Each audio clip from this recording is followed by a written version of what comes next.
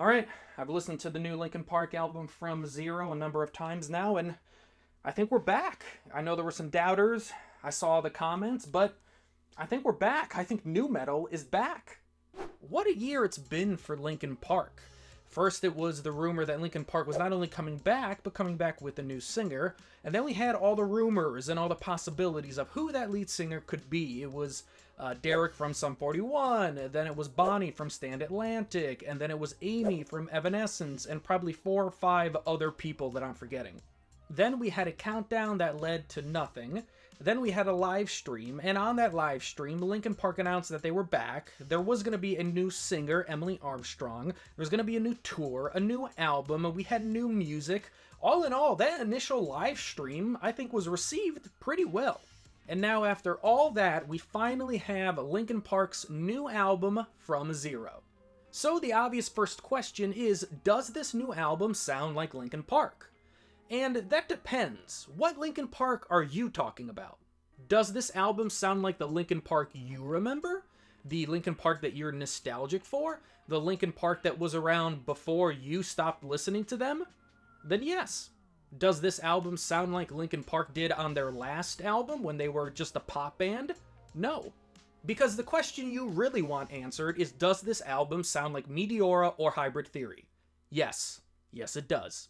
So when Emily Armstrong was announced as the new lead singer at Linkin Park, I just found the conversation online about who's a real Linkin Park fan and who's a poser Linkin Park fan really funny, because we're all poser Linkin Park fans. Because most of us only care about Meteora or Hybrid Theory.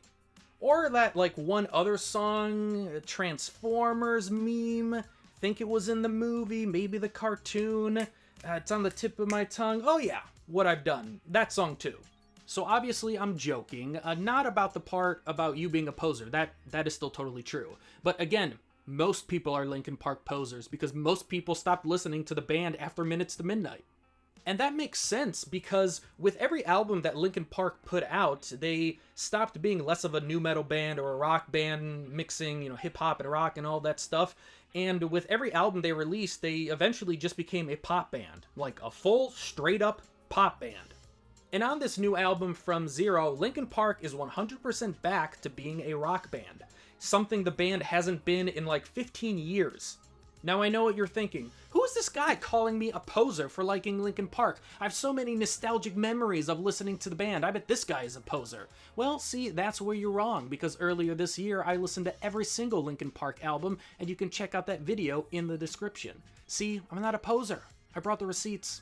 So let's talk about the elephant in the room, the Chester comparisons. Look, even though I think this album is really good, I don't think the Chester comparisons are gonna stop, and I know it's probably cliche at this point to say, but obviously people have a lot of nostalgic memories of Linkin Park, and obviously tied to those memories are gonna be Chester. And even when I did that video and I listened to every, song and album from Linkin Park, I mean, again, it's probably cliche again to say, but Chester, made the band stand out so much. His vocal performances are insane, and it sucks, that I never got to see, him live with Linkin Park. Now, that said, again, I don't think these comparisons are going to stop. I don't think we're going to stop seeing those Chester AI versions of these new songs. That's just the way that the internet is in current day, so I really don't see any of that stopping anytime soon. And if you're going to keep making those comparisons, then you're really not going to enjoy this album.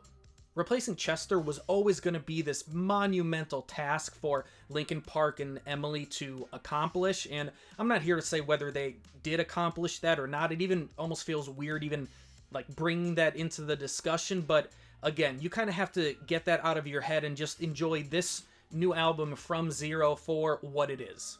The one song that you need to listen to from this album, the song that everybody's going to be talking about, is Casualty.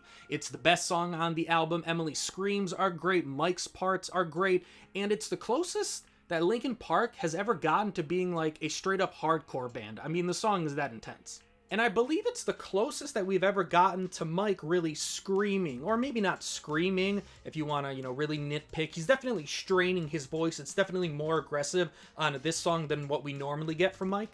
Now, I think bands go back and forth a lot about should they release the best song on the album as a single, should be the first thing that people hear, or should they hold off on it and save it for the full album experience. But I don't think many people are sitting down and really listening to an album. I think mostly it's passive listening for the most part.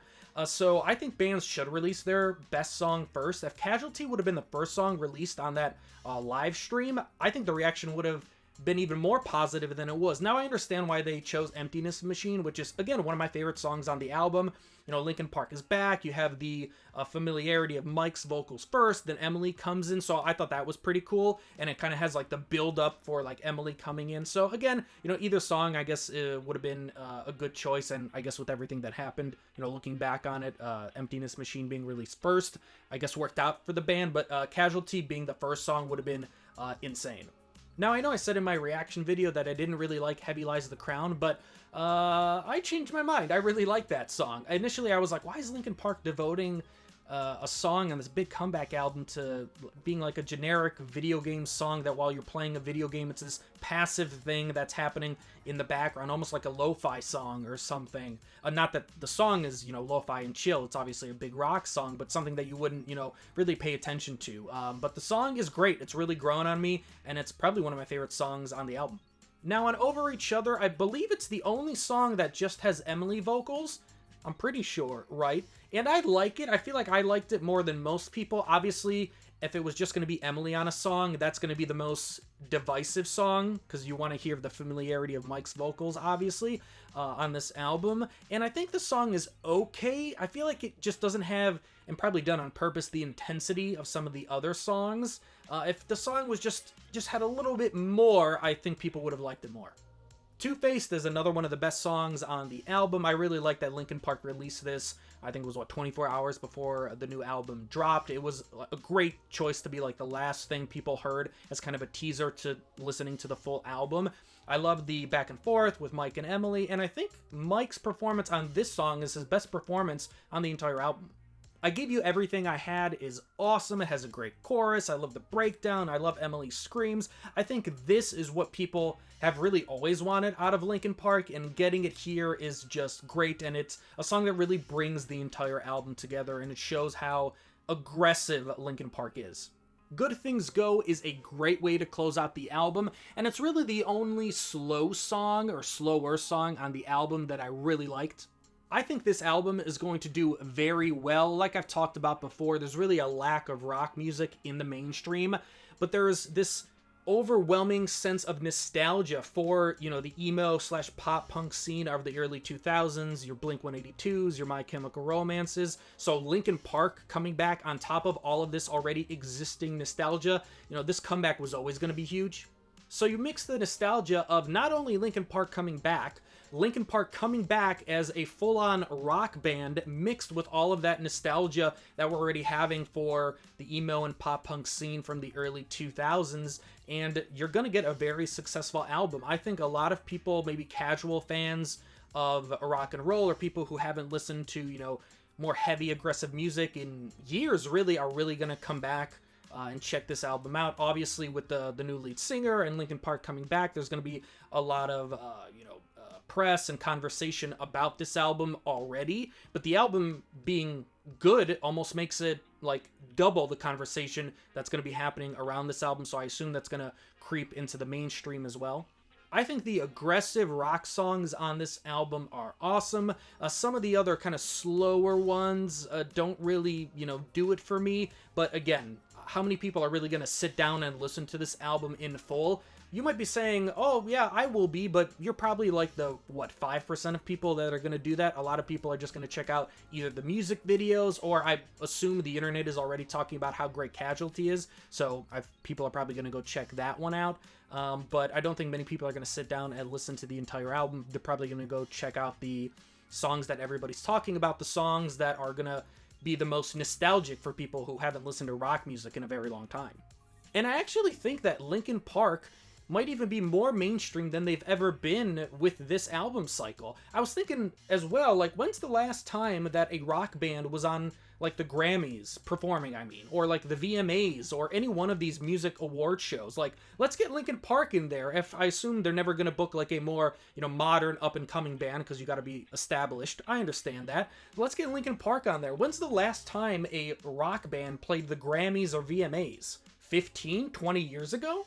So I really like the new album from Linkin Park, From Zero. Let me know what you think about the album in the comments. Please like the video, it really helps me out. Please subscribe if you haven't, and thanks for watching.